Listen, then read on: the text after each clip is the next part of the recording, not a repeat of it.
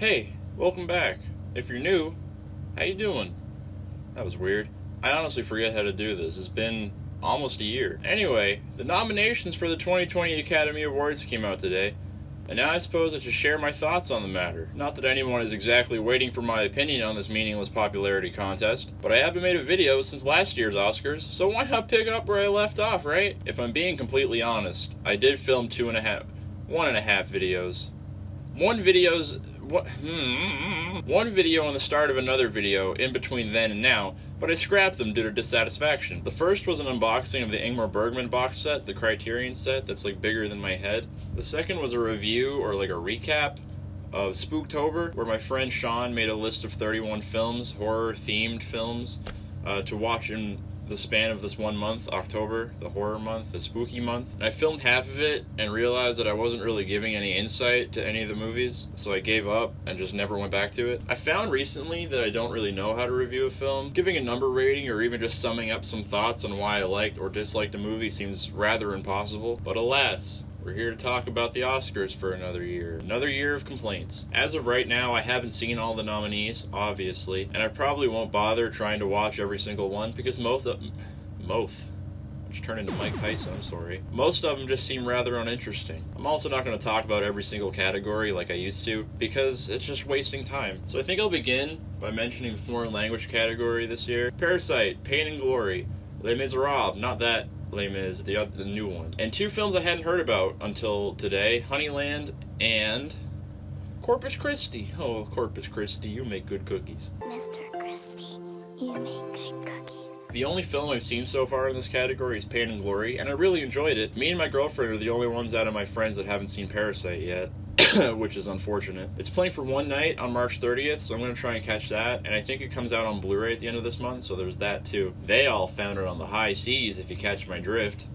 Arg. But you know what? Pirates get scurvy, so take that, friends. Can't believe I just snitched on all my friends. Rest in peace. Anyway, the category's all fine and dandy or whatever, except for Honeyland, which I've noticed is also nominated for Best Documentary this year, which obviously isn't against the rules or anything, but if you just put it in the one category, either one, doesn't matter, you leave space for something else to be nominated. You could put Varda by Agnes in the documentary feature, which would be sweet, or you could put something like Portrait of a Lady on Fire in the Best Foreign Language, which I've heard is really great, haven't seen it yet. And Honeyland could be the best goddamn movie of the year for all I know. It should probably be nominated in every category, right? I haven't seen it, so I'm basically pulling all this out of my ass. Now let's move on to the writing awards. I would have liked to see The Lighthouse under original screenplay, even though I knew it wasn't going to be there. I'm surprised it even got a cinematography nomination, honestly. It won't win, because everybody's going to eat up the one-shot gimmick of 1917.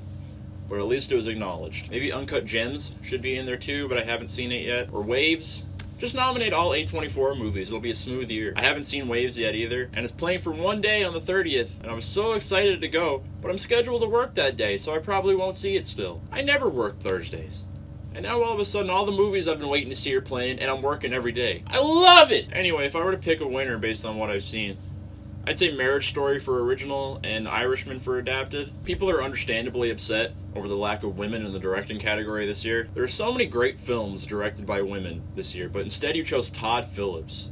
Good job, guys. You could honestly probably drop Sam Mendes as well, because as far as I know, most of the good in 1917 is thanks to Roger Deakins, but whatever. You could have had Greta Gerwig, Lulu Wang, Agnes Varda, Olivia Wilde, Celine Sciamma, Joanna Hogg, but no, Todd Phillips. I'd be okay with Scorsese or Tarantino, or Bong Joon-ho. It really doesn't matter. I'd say it's a toss-up between Scorsese and Tarantino, but we'll have to see. I don't have much to say about the supporting roles, other than Willem Dafoe should 100% be in there. I also didn't expect to see Kathy Bates in there for Richard Jewell. I think it's a Clint Eastwood movie, right? I didn't expect to see so much Bombshell nominated either, because it looked fine, I guess. It's like this year's version of Vice. Anyway, give the supporting actress to Laura Dern or Scarlett Johansson, and give actor to Pesci, Pacino, or Pitt. As for the leading role, there is zero competition. It's Scarlett Johansson all the way. Nobody saw Judy, nobody saw Harriet. Bombshell would just be the strangest pick. So it's really between Saoirse Ronan and Scarlett Johansson. But Marriage Story has such a better performance that it would be insane to pick Saoirse Ronan. Not that Saoirse Ronan did a bad job. She's great in Little Women.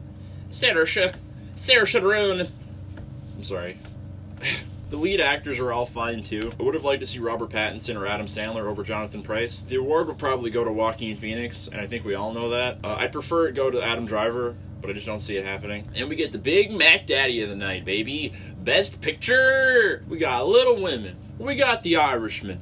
We got Marriage Story. We got Once Upon a Time in Hollywood. We got 1917. Excuse me. We got Parasite. We got Jojo Rabbit. And then last but not least, we got everybody's favorite, Car Rocky. That's right, baby. Ford v Ferrari. Smile, though your heart is aching. I honestly don't know what will win. I'm almost positive it won't be Ford v Ferrari or Jojo Rabbit. But the rest are like kind of close, I think. I think 1917 will probably win. That seems to be the way things are going.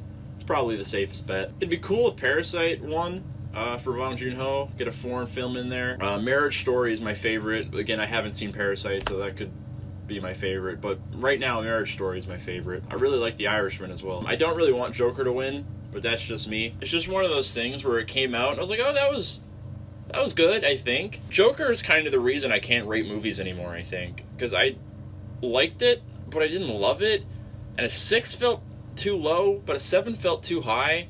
And I just kind of lost every bit of knowledge that I thought I had about filmmaking, thanks to Todd Phillips. He basically made me dumber. And it's just one of those things where, like, you know, it gets more popular, and you're like, well, it doesn't need to be that popular, and then you kind of start to dislike it.